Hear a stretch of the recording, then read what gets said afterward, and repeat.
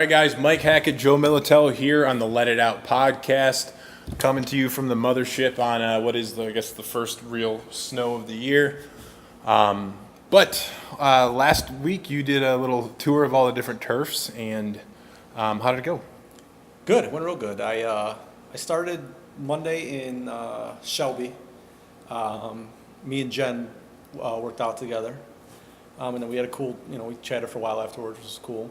Hadn't seen her in a while. And then I went to Royal Oak on Tuesday. Worked out with, I believe, Kim Drake. Okay. That was cool. And then Wednesday, I was working here. Mm-hmm. So I worked out at night with some guys that I normally don't work out with, which was cool. I'm usually here when they're working out, but it was cool to be able to work out with them. You usually only see them on Sundays, probably. Yeah, on Sundays or, certain days when I'm here at night, I'll see them crossing by, or if I come in at night to get something or whatever. Mm-hmm. And then Thursday, I made the trek out to Brownstown. Is that your first time there or no? No, I had been there before. Okay. My friend Jess Erie lives in, I don't know where she lives, some city. She go with you? Yeah, so she went then, and then I got to work out with, Leah worked out. Vito Vitale was there. Well, you got a good group. I think Clifford Beach was there. All right. Todd Hamilton, Lori Wow. Hamilton came. Caitlin worked out. Wow. Oh, so we had a They must have known you were coming. I think they did. Yeah, they said they did. So Yeah. that was cool. Like they all signed up, and it was a fun class.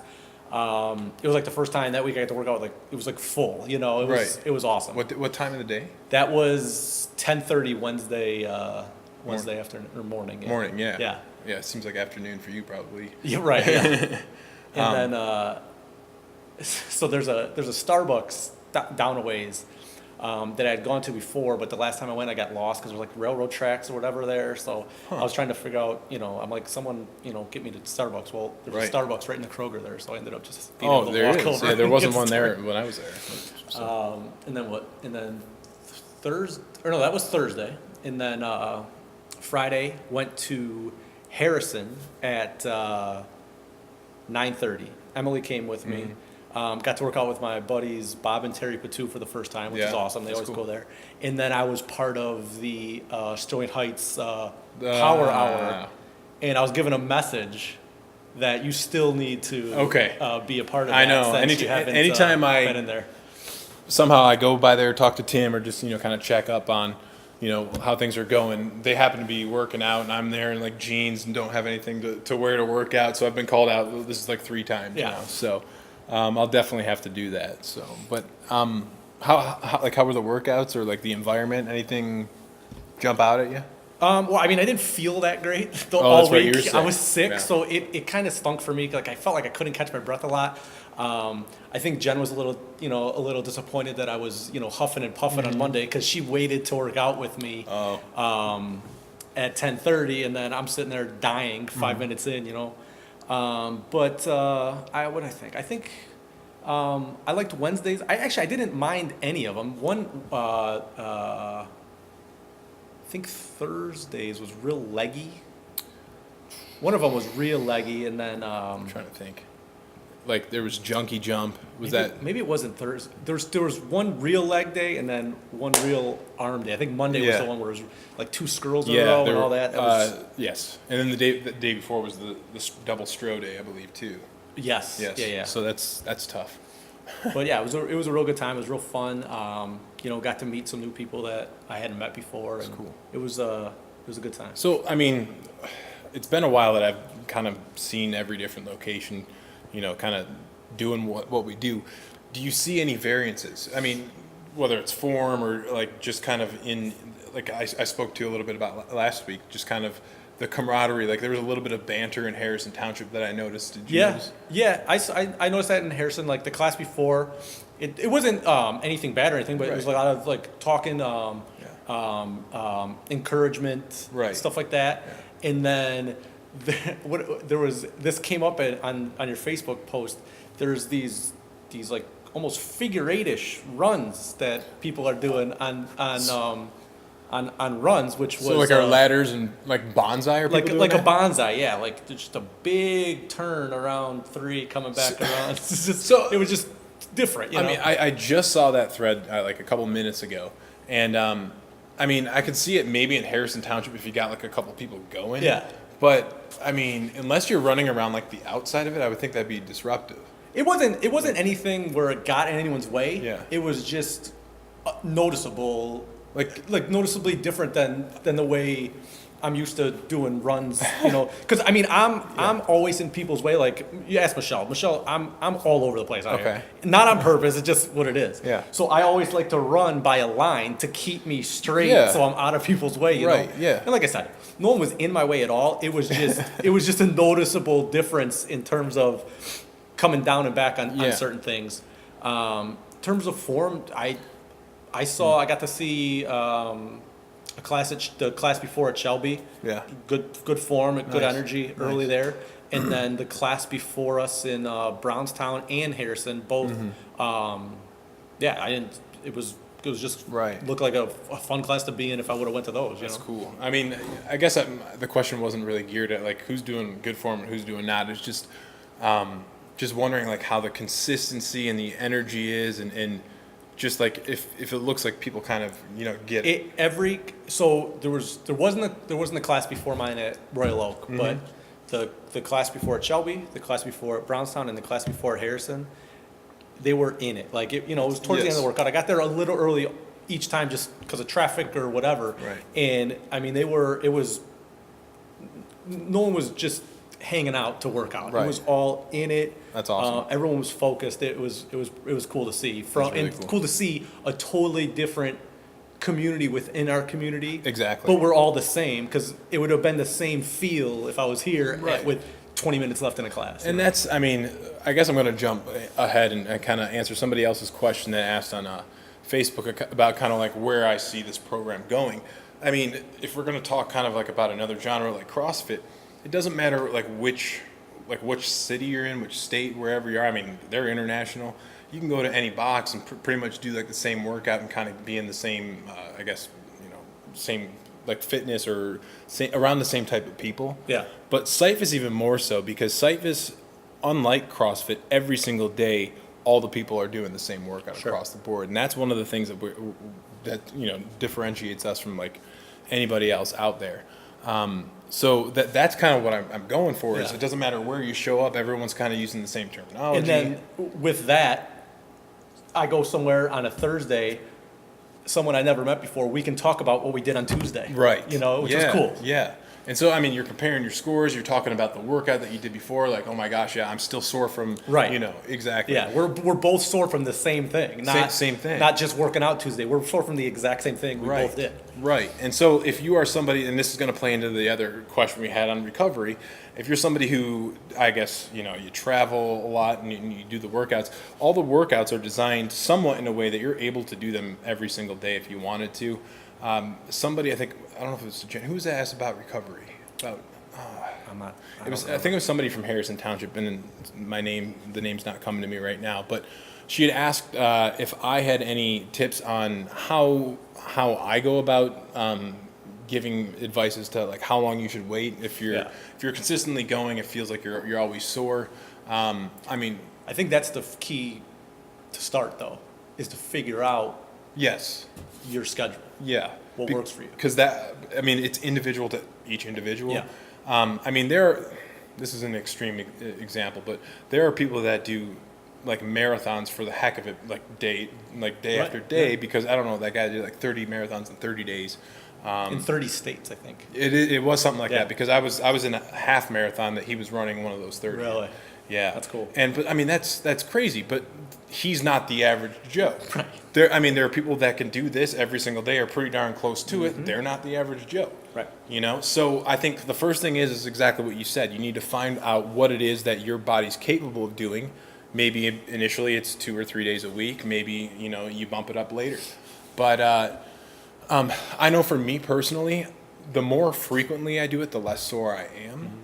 Unless we're doing something really, out of the norm where we're like hitting like weighted lunges or something like that over and over again. Yeah. But for me, I find that I'm most sore after, I do it, like, let's say I do it Friday, take the entire weekend off, and then, do it late on Monday. I'm going to be sore the next day. Yeah. But it really comes down to nutrition and sleep and all that kind of stuff too. So it really depends on the individual. Yeah, I hadn't gone 5 days in a row in a few months, Right. you know, so I went, well, it was probably 6, I think I went Sunday as well. And I wasn't too bad Friday, and then Saturday I woke up and I was super sore up here. Okay. And it was one of those things where it's just a good feeling. It's Right. not anything that's gonna ruin my day or make me stay in bed all the time. It's not like rhabdo. Like, yeah. Okay. And those are the sores that I think you need to embrace. Yes. When you're trying to figure out if it's a day I should rest or a day I should work out. Now, obviously, 7 in a row isn't necessary, so It's I not didn't necessary. work out on Saturday. But if you're feeling it, you just gotta listen to your body, like you said. Like Right. you're gonna be sore no matter what. I think. I mean, at some point, you're not gonna just never feel it. But when you're super sore and you feel like if you're working that part out again and you may hurt yourself, I think that's when you got to listen and say, let me take a day off. There's something to that. Like for anybody or for me, I'll use me as an example. If I'm extremely sore on my hamstrings, what I was grabbing yeah, at. no, Yeah. because that's where I'm going to feel it most. And so let's say the day before we did a lot of jumps. That's pretty much where you're going to be really sore if you do like RDL or something like that. The next day, like as soon as you do something like Gorgon or you get into like that bulldog position, you're like, oh man, I'm really sore. But usually if you give it a little bit of time, you start loosening up and then you're hardly sore Right. from the workout you did previously.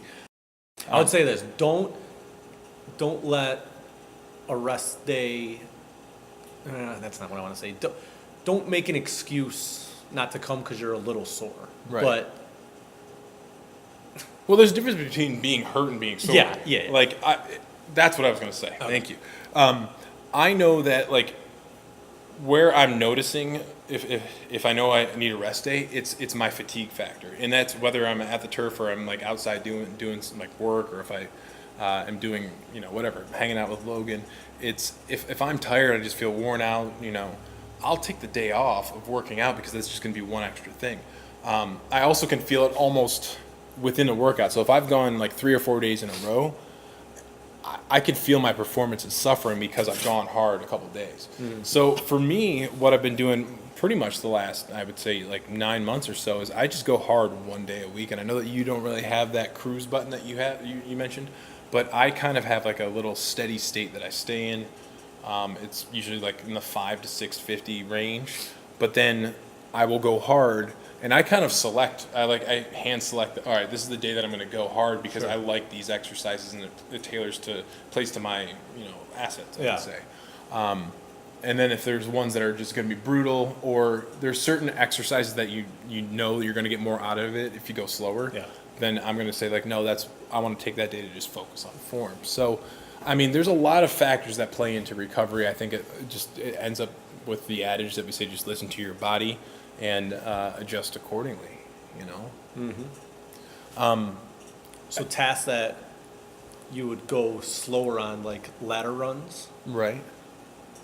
We had a question on Segway, where your feet start, Yeah. finish, things like that. Well, Hit them. I would say that, not all ladder runs are slow. Okay. It takes a lot out of you. But, so... I'm saying it's a task you would do slower if you were on your coast day. You're not going to fly through. See, a no, problem. that's really interesting to me because like I may go slower on the curl walk before it and whatever it is because I want to feel the effect of the curl, but then I jump into like a Cujo, I'm going to try to blast it out because then I'm going to get my heart rate up and then I'm going to go back to a strength exercise where I can slow down. So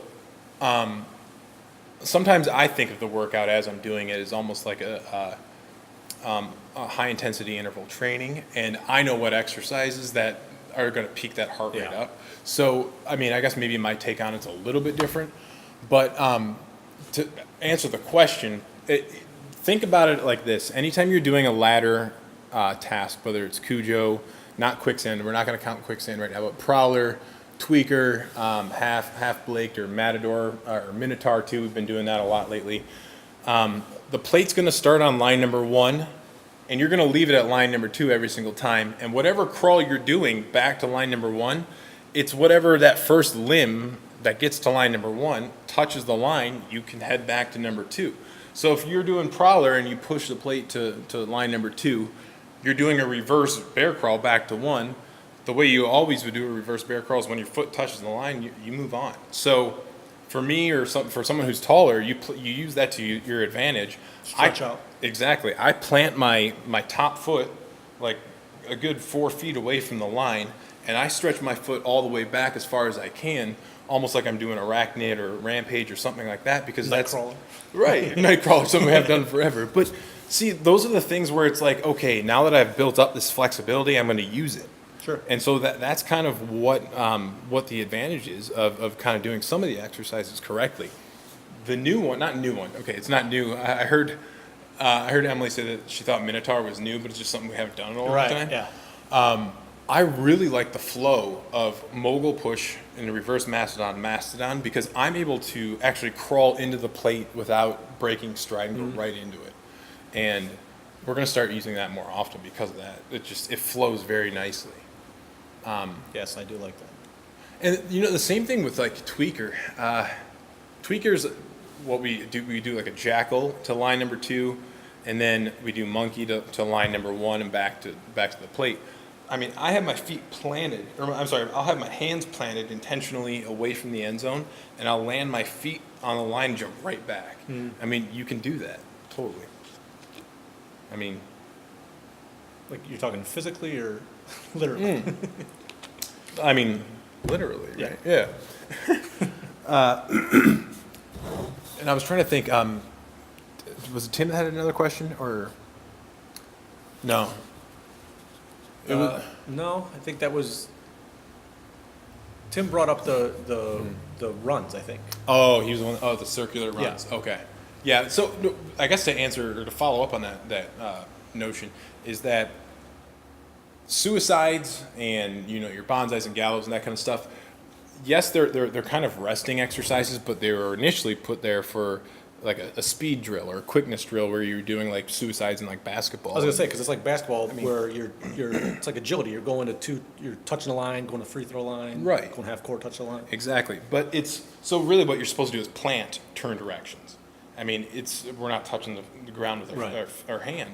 But, I mean, it's plant, and you should turn directions pretty quickly. Granted, that's been morphed into a rest period where some people are walking and stuff. I would just, caution anybody, make sure they're not walking in or running into the space where someone's pushing and got their head down crawling. I mean, you could just knock someone right Yeah. over, man. But one of the things I would also probably bring up is all of our shuttle exercises. So slingshot, what's the other one? MIM, and then I want to say there's another one in there too. I don't know. There's another one. I'll think of it. Yeah.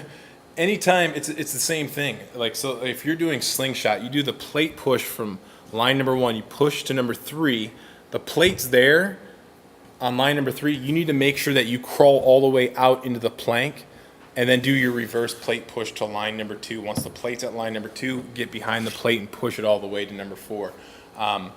It's just like the start of reverse plate push Exactly. here, where the plate's on the line. You're not starting with a reverse inchworm. You're crawling your hands out, using your hands the entire time. You're not using your legs. Right. So whatever task that you are actually doing, whether it's in the form of a ladder or a shuttle, just do it the way, just treat each line as if it were line number 1 Yeah. or line number 4.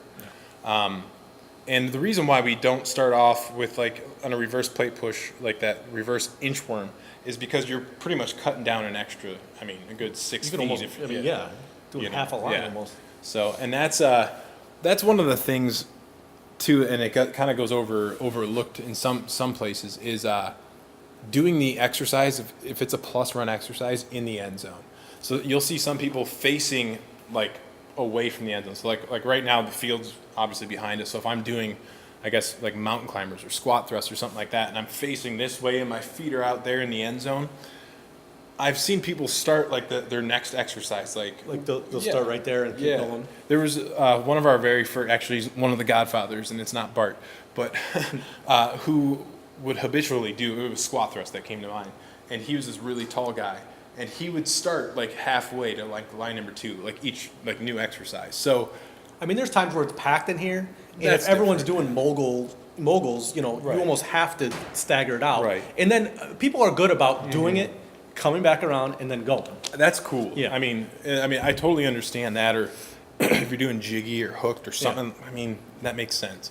But I've actually done it, like even curl walk down at 4, because there's a huge fan blowing, Mm-hmm. and I hate the fan when I'm like sweating. It makes me cold. Yeah. So I'll walk up, and so the fan's not blowing on me. Do it, go back, and go back. You know? That makes sense too. And I know it's illegal, but people yell. Illegal. So here's something, and this is, I mean, obviously I come up with the exercises and kind of like the rules and whatnot, but how do you feel about this? I was not doing today's workout, but I was working out today. And Oh, I don't like that. No, I'm just kidding. I went off script. I went rogue, dude. I'm planning this workout for it's 7 days long for the first week of January, and I'm testing it out. And like I've been working on it for the last like 2 months, and it's still not what I want it to be. So it's like I'll work out, I'll tweak something on it and stuff. But one of the things that came to mind when I was doing 3-point stance, so you know our hike where you kind of throw it back. We actually did have forward. that today. Oh, you did? Yeah. Okay. When you pull it back, let's say you get it to line number 1, but you're on a centaur 2 and you got to go back. Yeah. The plate's on the line. When you come back to the line to go for your second run, do you feel like you have to touch the line with your hand or your foot? I treat it like the plate is what needs to touch. Yeah. So like today, I'm like, I feel like I'm obligated to touch the line because it's almost like bucks. You know, like bucks, like you can't just jump on, like go on to the next exercise. So I feel like a throw, it's almost like you still got to continue the throw. I got you. You know, because hikes, I mean, Bill's hiking it halfway, you can't jump to the next task. So even if it's like a, whatever it was, 3-point stance, I'm like, you know, I should probably at least touch the line. Would you touch it with your hand or your foot? I touched it with my hand. Because, I mean, it's like right there. So I just Yeah. like reached up. But like, Yeah, I guess if you're doing, I guess that's the only one that it would kind of matter, because if you're doing spikes, yeah, this hand's gonna be there. it will be. So, back to Bill real quick. Watching him do 4 yikes in 2 each time makes me want to just Yeah. throw something at him. It's- It's so annoying. It's, But that's neither here. especially this time of year here, like when it's like freezing in here, Yeah. you can like make the plate go fast. It's like it's like ice. But I don't mind a second hiking too. Usually, if you know, if the conditions are right. So I don't know, but his plate's a little slick too. So yeah, I'm trying to think if there were any other questions. I don't think so. I think that was it. Yeah. Yeah, Travis had a question about Oh, score and form. yeah.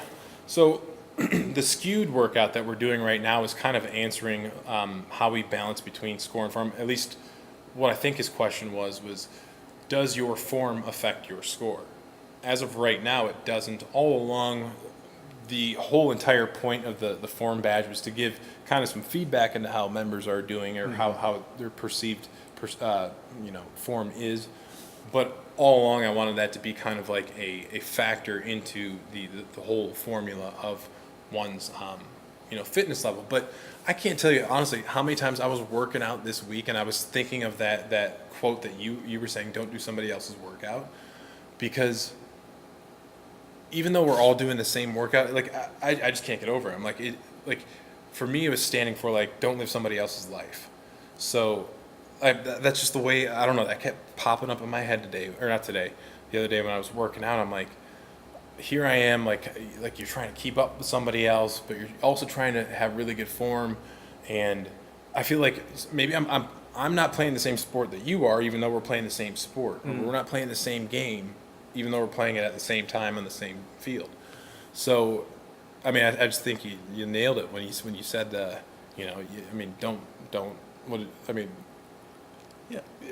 don't play someone else's. Don't play someone else's game, but don't do someone else's work. do someone else's Yeah. workout. So what I was thinking of, and my brain's going like usually a million miles an hour when I'm working out. I was like, we got to put that on the board, on the kiosk thing out there, on the marquee sign. Because it's kind of twofold. Like, don't do somebody else's workout, Right. do our workout. Yeah. You know what I mean? So I really like that thought, and it's just kind of like a parable for, like, I think life. It's like, shoot, just concentrate on what you're doing here and now, and don't worry about, you know, what someone else is doing next to you. And It's the someone else next to you that's either in front of you, doing something you don't think they should be doing. Right. There's so many factors that it can apply to in work, you know. Someone was getting frustrated the other day, and that was going through my head. I didn't want to say it. Right. But that was going through my head. It's like, it's just, you're fine. I think I did say that. I go, you're fine. Right. Just, you're fine. Yeah. You know, don't worry about it. Back to the score in the form. Jumping topics, sorry. Well, no, it's Yeah, still in the same. Yeah, We're talking okay. about the score in Yeah. the form. I think what you'll see is, well, no, I mean, I think you'll agree with me here. When there's a lot of plus run tasks, you will see a more green day, do you think, for some people? Yes. And then when you see a lot of traveling tasks mixed in with some harder tasks, Yeah. you'll see maybe not necessarily a green, but a lower red for some people than others. And I think there's information there There's definitely information there. Yeah. in terms of Yeah. who, what their averages are, Right. and how their form is. And I think analyzing those days, you can really get a grasp on when form, slope, and an overall workout all mesh into one. So there are days that I could see that the people are in the red are the people that I want to be with. You know what I mean? Like, form-wise.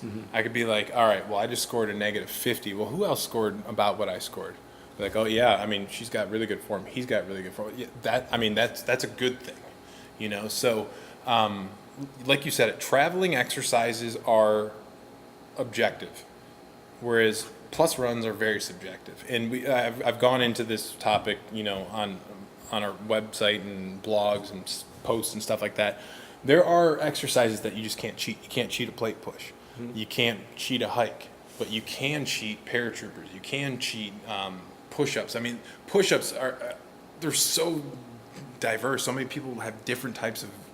Yeah, I wouldn't even call it necessarily cheating No. per se. No. Some people do better push-ups than others, but some people. I didn't say cheating, right? Yeah. I did? Yeah. Oh, Were you not shoot. supposed to say that? No, I never say cheat. Like, I rarely say someone's cheating. I said there's no way to cheat a plate push, no way to cheat a hike. But I'm saying there's ways to do jiggy, There's ways not to as do well. a word Yeah. synonymous with cheating in a push-up. Right. Okay. Maybe I did say that. But toes. Right. I can do 15 toes, and you can do 20 toes, I could, yeah, right. and that can happen 20 times in a workout, Oh, yeah. and that could equal, you know, See, like 2 that, minutes. That is what I would consider cheating. Yeah. Like if you're cutting reps intentionally, then yeah, that's like, yeah, you're. That's you're what I was trying to say. cheating the system. Versus someone that is doing a push-up as best they can is Right. not the same as doing 15 toes. No, it's not. Yeah, you were talking about inchworm, you know, going to your knees. Not that it's cheating or anything, but Right. that's a stop in the middle between lines 1 and 4, which made me think of last Thursday's workout. Ain't no rest for the wicked. Right. Where did that come from? Like, how did that come about? And then I have a question on like the execution of it. You know, Okay. throughout the day. That originally came from Keith Millard from here in St. Clair Shores. I mean, he kind of bounces around from Yeah, he turf goes to Harrison turf. a lot. But he was upset with himself with something he had stopped like early on. So like, I do think it was 45-degree lunge. I could be wrong. And he was like, man, I could have kept going, or maybe it was Mastodon or something. Where he's like, you know, if somebody was telling me I absolutely had to get it done, I would have gotten it done. Or like if there was like 15 seconds left and Yes. Yeah. Yeah. Gotcha. Like you can eke it out. yeah. Or you can tolerate this pain for just a couple more seconds. Yeah. And I think there's something definitely valuable to that. Yeah. And just pushing through a little bit more pain to, you know, kind of either like boost your confidence or just boost your strength and whatnot. But he's one of those guys who, anytime he comes up with like an idea for like Cyphus or like a new exercise or a new workout pattern, he always sends it to me. And sometimes I'll use it, sometimes I won't. But this one, I was like, I think there is something to this that would be advantageous on two fronts. So one of them is the first one is obvious, like kind of pushing through. But the other thing that kind of came out of it more so is that it made people pay attention to form indirectly. I can see that. So, for instance, I would say the people that have better form most of the time, they didn't necessarily like it because they were like, well, that's kind of how I always kind of do it that way. Whereas I got a lot of feedback from pros, specifically at different locations, that were saying my people kind of like slowed down, made sure that they were doing it the right way. They didn't rush into the next exercise. I was about to say, there Yes. was a ton of rest, preparation, thought at one Yeah. before the next task. Right. For sure. For Right. sure. So- because you didn't want to have to come back. Right. So it was less sloppy. Yeah. And that's, I should say, when I first came up with Cyphus, back, like we have the cipher, like the whatever it is, 9 different, like, thou shall not do this. One of them was always run your run. And so that's one of the things that Michelle Matthews, who's here, was like, if there's one thing you could change to this workout is you have to run your runs. Which forces you to rest in the end zones at Yeah. lines number 1 and 2, Right. or 1 and 4. So that's what I was getting at, where you're like, there was a lot of thought and waiting here. Well, if you knew that this was like hot lava, Yeah. and you need to run over to get to the other side, well, you're going to rest in the end Yeah, zone. there was seriously no rest in that workout at all. Mm-hmm. And I ran the runs. I mean, I wasn't winning a race, but I was Right. running them. Right. I made an effort not to walk. Yeah. The only time I had a rest and was able to do something was Stampede. I did the slowest Stampedes Yeah. I've ever done, ever. Those are the workouts, not to interrupt, but those are the workouts that are the hardest, where you look on the board and the only real rests you have are the shuffle or the on guard or something like that. It's like, no, you're still moving. Yeah, and you had no way to rest to that because it was the first two things you did, and Right. only cyborgs are getting back there. Yeah. Human beings aren't getting back to that exercise to rest. Right. What did I want to? I wanted to I ask you interrupted something you. about it. Oh no. So the gist of the workout was if you had to stop in the middle between 1 and 4, you had to come back to 1 and do it over.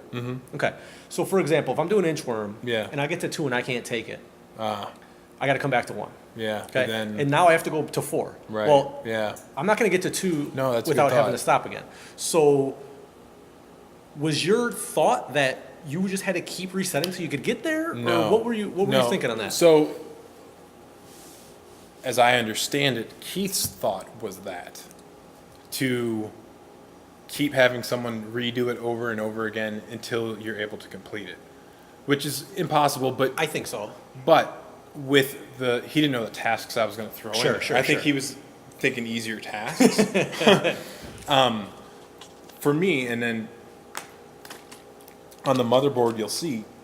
I think I said at max, just do like 2 passes. Will you play along? Oh, sorry. Come on. I Well, so no, I would. I was gonna say, I'm like, I hope if someone's only getting to 2, like I was like, we'd never dream of being like, all right, you're gonna stay trying to be a here. professional broadcaster. It's like it's like purgatory, just same thing over and over again. So I just hope people didn't think that Oh, was it. yeah, no. Coming in, Right. Because you said it's Yeah. If you can only get to 2, Right. they're never going to get to 4. So No. I think the 1 reset is completely cool, and then you do your best you can Right. to 4, and then if if you have to reset back to 4 Yeah. one time, it's no big deal.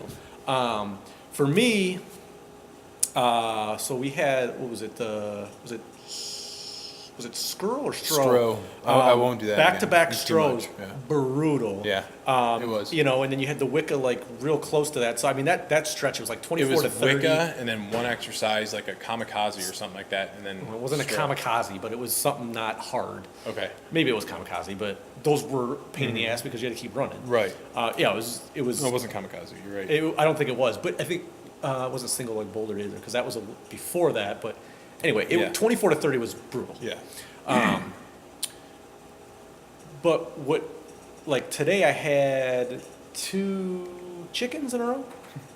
And so, this is where like mentally, something really factors in. On chicken or, anything on your chest, I can usually go to, depending on what I see coming up. If it's just 1 in a row, I can maybe get to 4 and then Yeah. have to stop. Yeah. Whereas here, based on Thursday, that workout, I got through a whole one Oh, just staying in my head. Mentally, that you can do it. Yeah, like I Yeah. just did it, so just keep going. And I was able to push Huh. a little further. Really? And that day is what came to my mind while I was out there. Well, Versus interesting. I always stop at 3. I'm going to So- stop at 3 right now. right. You know So, what I mean? Yeah, I mean, there you go, too. I mean, for me, I can push through on certain things, but if you've done it once, you've proven to yourself you can do it. I think it depends on where it falls in the workout. Like Well, Halo, I that's can what do I'm it saying. without stopping. That's but yeah. it all plays in your head. What's after it? Like, Right. is it worth me killing Yeah, it now? yeah. Like, I always think of this when you do Typhon. It just seems so Oh, draining. unnecessary because It is you're unnecessary, completely drained Yes. for the next thing. Like I can do Typhon without stopping, no Right. problem. But you're doing like Olympic high jumps Yeah. or long jumps. Yeah. And I'm like, he can't breathe right now. Like, No, what's no, the point of that? no. And so, like, I have worked out and done Cyphus for 6 years. That's my way of challenging myself. I needed to find a different way to challenge myself, and for me, it's like I'm going to try to do each exercise almost to an extreme, to the point to where I am gassed. What was, like was the not Prowler Pouncers the other day when I was Yeah, Pouncer. Like I wasn't getting back to the lines because I was jumping. halfway yeah there. he was halfway to 2 and as he was coming back he was kind of hitting the line and I Right. said you got to get over the line. You're But set a bad example there. in doing that, though, like in doing things like Typhon, it drains me, but I'm exposing the weakness that I currently have, and it's my cardio. Sure.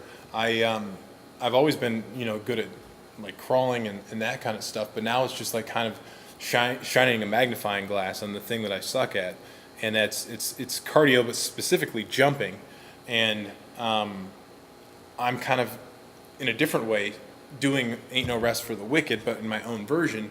I'm going to make this as hard as I can on myself, rather than like holding on to the weight and trying to like push through it. I'm going to push through the harder part of it.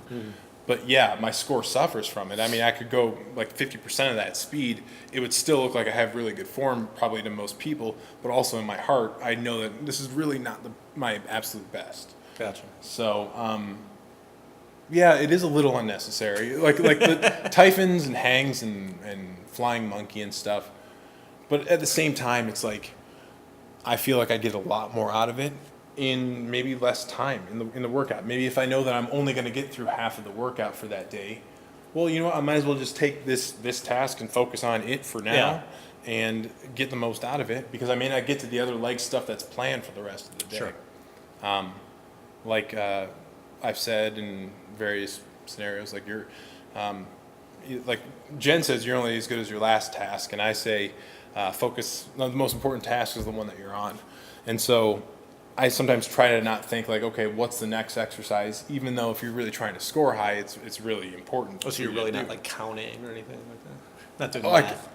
no, I mean, I do that, obviously planning them, but yeah, no, I'm not really counting down, because I've only finished one workout, I think, this whole year, as opposed to finishing, maybe a couple a month. Sure. So it's really kind of taken on a different.